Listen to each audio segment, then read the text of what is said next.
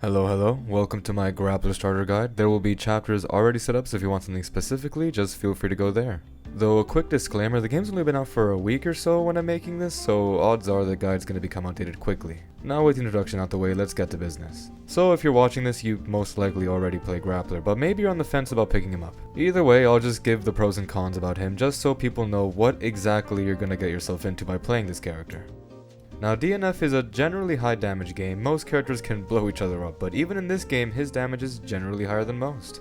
Mind you, this is due to the fact that if he hits you it's cause he was probably right next to you, but anyways. Number 2, he is a multi-tool. All of his specials have their own purpose and can be used creatively. I don't really think there's a single situation where he feels like he can't do anything, it's more like it's on the player to figure out how to go about dealing with it. And for his last pro, he is extremely volatile. You can be suffering the entire match, struggling against these gigantic normals, taking damage constantly from all the projectiles, only to get an inch. But the special thing about Grappler is that for him, there are no inches. If you hit somebody, they can die. Now, it's not a one-touch thing like certain other characters, it's just that he has an extremely powerful, exceptionally oppressive game plan in advantage. Which is saying a lot because every character in this game has that. And even knowing that, I still have to make note of this. Now, this might all make him sound broken, but trust me, there are some pretty glaring disadvantages to playing him. For one, he's short-ranged. I mentioned this earlier when talking about his damage, but yeah, he has no long range. Some characters have projectiles. In Grappler's case, he turns himself into the projectile. Stubby normals in a game where everybody has massive buttons or massive speed can be painful. Which brings me to number 2. He is slow. Whiff punishes outside of close ranges aren't his forte, and neither is closing the gap. And neither is having a big fast button to press when mashing. By now you should know exactly what type of game you're going to be playing, and if you do know, then you should already know his last con. He is extremely volatile. You can be suffering the entire match, struggling against these gigantic normals, taking chip damage from projectiles, constantly, just to lose. Yeah, you just... nothing. You just died. The loss can feel even worse if you do manage to get in and go for some insane read for no reason and lose because of it.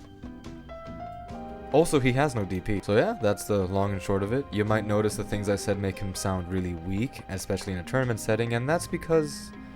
honestly, he might be. But if you wanted a strong character, then you would be playing many of the powerful and easy options you have to choose from, like Swiftmaster, Berserker, and DP. And that's not a riff on picking those characters either. Word of advice, don't let suffering define you as a person. You should play fighting games for no one else but yourself. If you start feeling, man, this Grappler guy just straight up sucks, I'm not having any fun, what a waste of $50, then simply go test the waters with other characters. Forget their stigmas and just try them out. Have fun. The reason I play Grappler is because I pick whatever I have the most fun playing, since I'm no pro player nor do I have the intention of being one.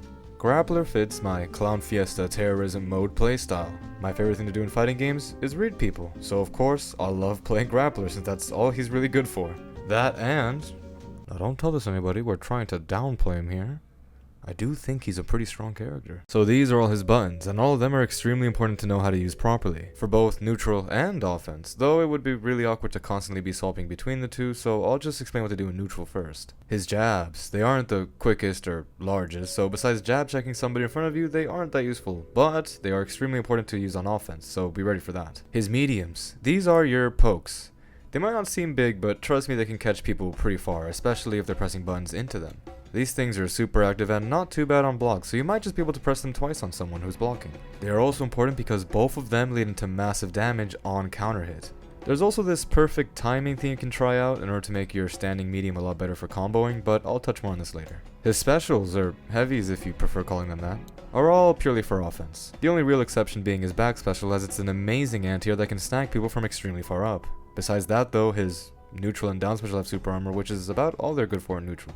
Aerials. His light's an air to air, his medium's an air to ground, and his heavy can be charged up, making it a really giant disjoint, and it's honestly pretty disgusting. This axe kick is actually really important to his game plan because if somebody goes for a low and you did this, they will explode. But why would your opponent do random lows? Well, it's simple. His meter specials. Now these are how he will actually be playing the neutral mostly. Luckily in this game MP is infinite, so being resource reliant isn't that much of a bad thing. Starting off, we've got his Lariat. This is the most important move when fighting a zoner, and also just generally important because of how amazing it is for brute forcing away into somebody who's just pressing a lot of buttons. Now the light version is projectile invulnerable instantly, which when projectiles are your main counter, then having a move like this is extremely important. The charge version is also really good. It dashes much farther and even has super armor on the way in. Also, if it's a counter hit, then you get a full combo. What's not to like? Well, many things. For one, it's terribly minus, and even punishable actually. It also has the same major flaw that's shared with all of Grappler's super armor moves, and even his counter. Lows will beat them. Every time, no matter what it was, no matter where it came from. You'll feel this problem extremely bad when you fight a character that goes naturally into a low from a far button, or if the character has just a really long low, like Ranger or Launcher, the two characters that Grappler struggles the most against. The sad part being, those lows aren't even the reason why he struggles so much. On the bright side, you do have direct counters to people who use lows against you. I mentioned his charged air heavy earlier, but he also has his second most important special. It's his literal dropkick, the Magnum Salt.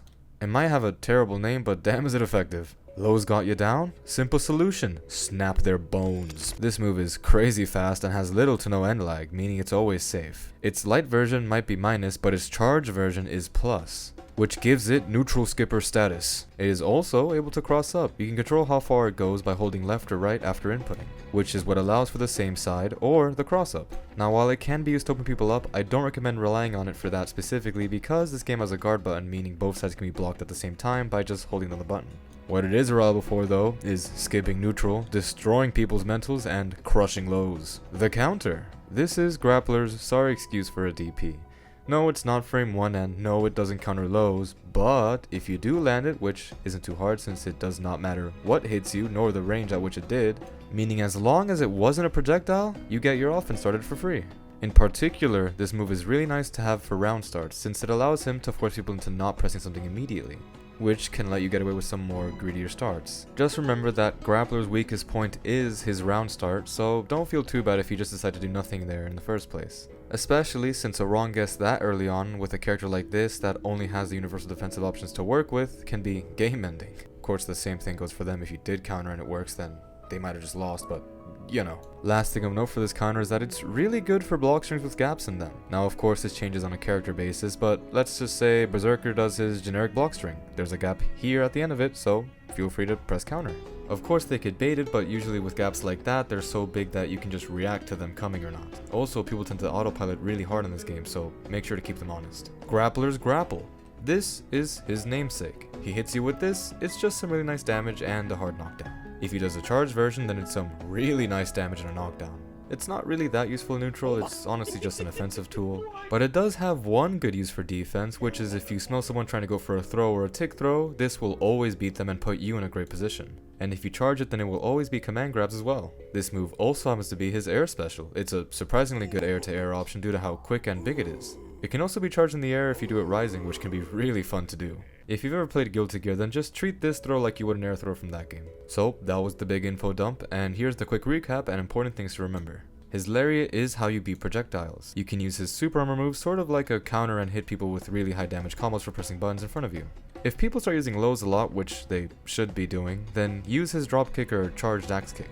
Also note that for some matchups, characters can end up below you very often, so you can use the charged axe kick to beat that as well. Lastly, he has a counter. Use it smartly and you will win more.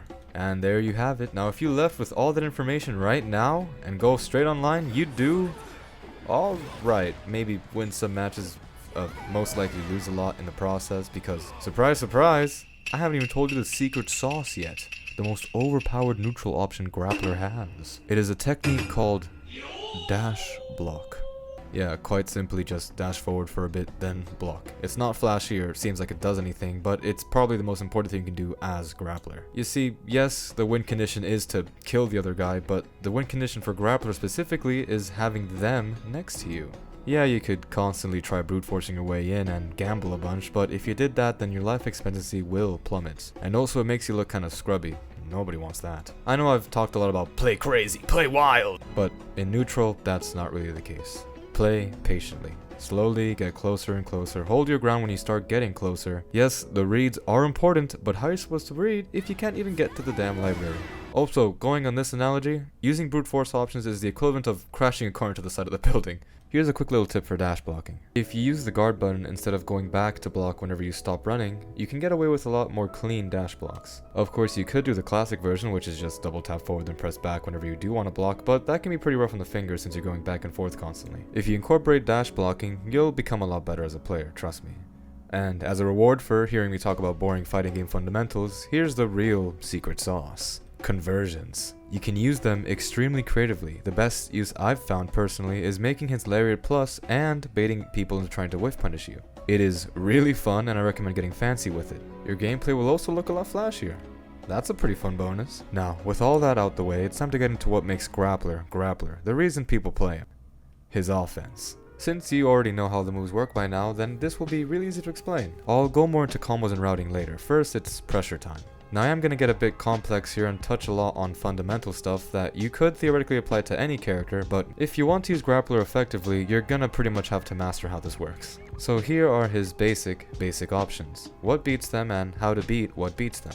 So first, jab starters. Going for a meaty jab is great for many reasons. For one, it beats all mashing except for a DP. It catches roll on wake up, jump on wake up, button on wake up. Its only weakness is that people can do a DP instantly. That's why for me personally at least, I like doing delayed options on the first couple of wake ups. You can get tons of information on your opponent just in this seemingly simple interaction. Here for example, I wait a bit then press the button. If they DP, I'll just punish it. If they roll, I'll just punish it. If they do nothing, my jab will make them start blocking. Now, if they do a delayed DP, rip. Happens. But at least I know they're the type of person that does that. Now, important things to take note from this interaction. Whether or not they naturally play preemptive or reactionary. If they play preemptive, like say for example they're a full-on cartoon character and like to either wake up DP or wake up crab or mash, then safe jumps will be your new best friend. If they play reactionary, then focus on using tick throws and raw command grabs to open them up.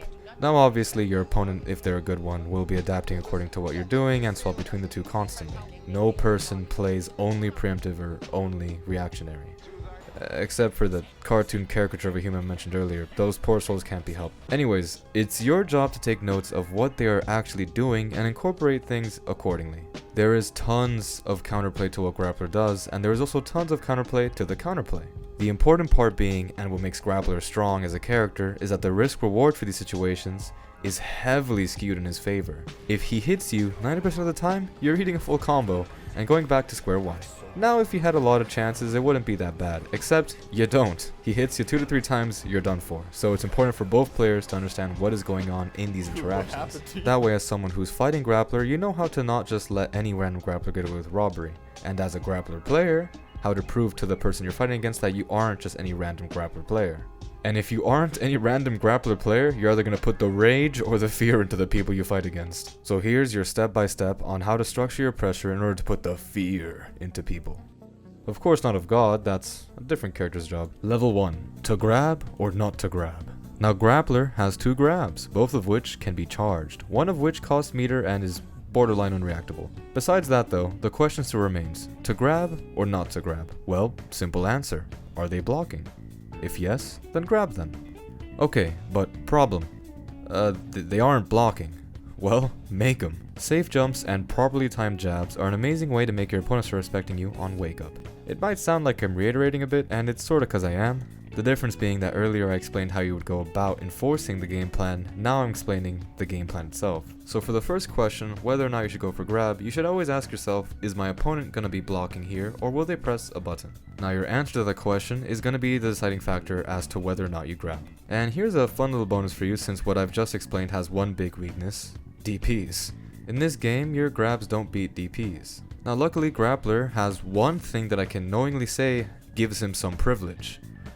His charged non-meter grab beats DPs. It destroys them, actually. It's also one of his highest damage starts since if you do it on a DP, then you will have white health which allows you to convert into a Twitter combo, but more on those later. The main thing to note is that if you're doing a block string with a gap in it and you think they might press a DP to beat the gap, then you can always use a charged meterless grab in order to grab them out of the move.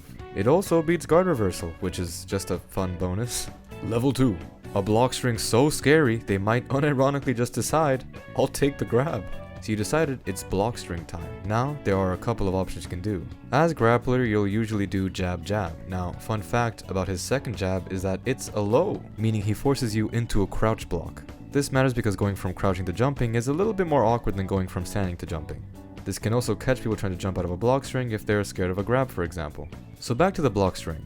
After a second jab, you can use his forward special in order to completely reset your offense and go back to square one again. The counterplay for this is that there is a gap here. Now the gap isn't that big, most buttons can't be used, but any option that's instantly active, like say a roll or a DP, will beat it. Now Grappler can counterplay this by using a standing medium to make it a true block string. The problem is that now if you do this, your opponent is farther away than normal, making it a much less scary situation for them. You also can't loop the block string if you do this because eventually they will exit the range. Now that is his basic block string, that's how it works. Now the reason it's scary is because it's pretty much just a bunch of plus frames and frame traps hovered by the threat of an unreactable grab. Now there are two major counterplays they have to look out for. There are certain ranges where Grappler can get too far and he can't use his grab anymore. But he can do this technique called the Kara cancel in order to close the gap a bit and make his grabs a bit longer. And for the other weakness, delayed options, or as experienced players call them, fuzzies. Pretty much all that fuzzy means is that the person is hitting the button preemptively at any point the mix-up could happen, but not hitting it early enough that a frame trap would catch them. Now these can be pretty annoying to deal with, so realizing your opponent is using them early on is extremely important. Fuzzy jump and fuzzy mash can be annoying, but they aren't that hard to deal with, just a small delay will catch them. Now what is annoying is fuzzy DP. Now usually these aren't found in fighting games because DP inputs are reserved for forward inputs, meaning you'd have to hold forward and stop blocking in order to input them. But in this game, you just have to hold down. Meaning, you can't really do anything but hard read people doing this. There's no counterplay. You can use the charge grab I said earlier to hard counter it, but it depends on the DP and it's also kind of finicky because if they're delaying it, the timing can hit your grab anyways. Something I've experimented a bit with is using Magnum Salt and Blockstrings. It basically blows up all fuzzies and also leaves you behind them, which can dodge certain DPs. But if you do want to try this out, make sure you're reading correctly because again, Magnum Salt is minus and if they block it, you've just given them a free turn. Unless. So that is your crash course on how to put the fear into people. Now, some might say, I don't see what's so scary, it's just a bunch of mids and one random cross-up that's minus. I can just block all of that. And yes, that is correct, you can. In fact, I insist. Go ahead, start blocking. Level 3, Terrorism. Here are the options you can do to people who are being overly respectful. Now understand that these are all extremely high risk, high reward options that are solely here because they are just that ridiculous to go for. Well, I guess grabbing DPs is pretty bonkers, but anyways. First up, charged forward special. This thing takes a while to come out, but when it does tons of guard break damage, swoops the opponent right back into your loving arms, and most importantly, is plus, I don't know, some made up number. Not knowing the exact number is fine because I feel like past a certain point, it really doesn't matter anymore. Getting hit by this is a death sentence, on block and on hit. Next up, charge down special. Now this is probably his best and farthest reaching combo starter, which can also be used to anti-air with if you wish.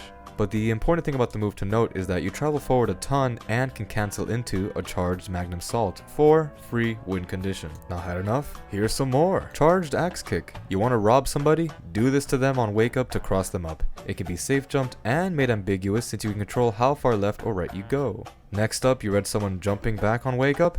Forget an optimal punish, just grab him. Grab him however you choose. And last but not least, the Soul Stealer. You know how strange it is for a fighting game to have an air grab that can grab anything? This is a Smash Brothers move. Feel free to jump scare people to your heart's content with this one. Now with all this knowledge, you have what it takes to just be a straight menace. But while you're here, you might as well check out how routing and combos work with this character. So generally speaking, the moves you want to end combos with are going to be these four, and here's the reasons for each of them.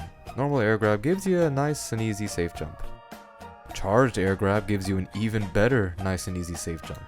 Now yes, it can be used to extend a combo, but sometimes you'd rather just take the better knockdown than the combo. His anti-air, because well, it's his most consistent combo finisher and it combos into his awakening. Only issue with this one is that its knockdown is pretty bad compared to the other two. And lastly, his jab. But this one's here for a special reason. You can reset people really easily with this since it leaves them in the air and can be used to cross up. Not to mention, if it gets blocked, it's also plus.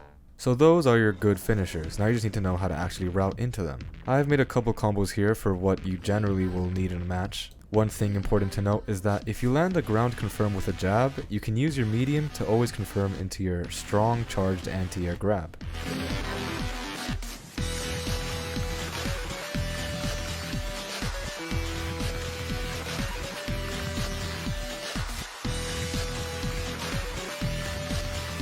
Onto his mediums, this is what you can do with those. Yes, this is all you can get from hitting his low kick from that far away, and yeah, it's pretty painful.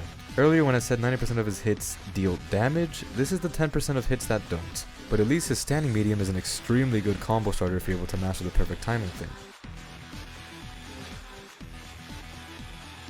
If not though, there's still a really good useful route to know how to do.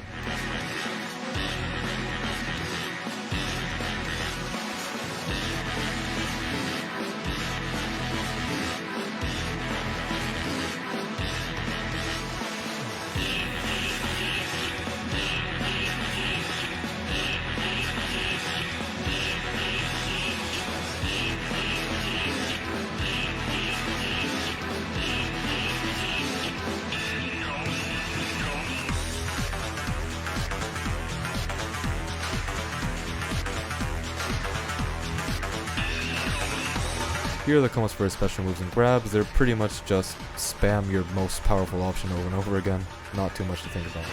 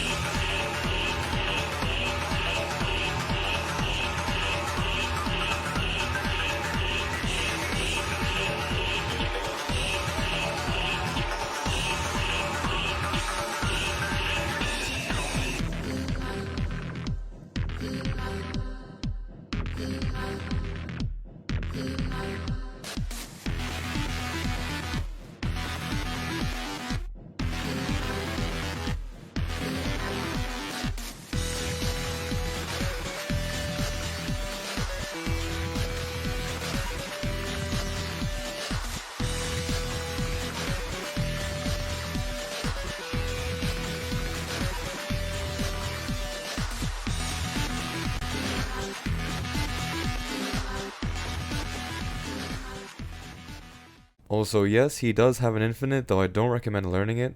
Well, mainly because infinites are super scummy and you should never use them. But besides that, it's actually extremely hard to do. Meaning you'd waste a lot of time learning an infinite that's gonna get patched out eventually.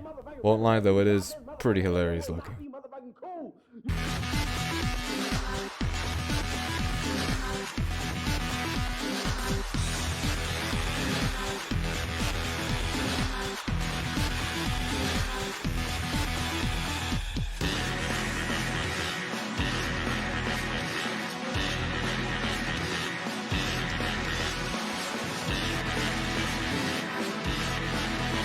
And lastly, here are the conversion combos for moves that can't naturally combo, as well as his awakening combo.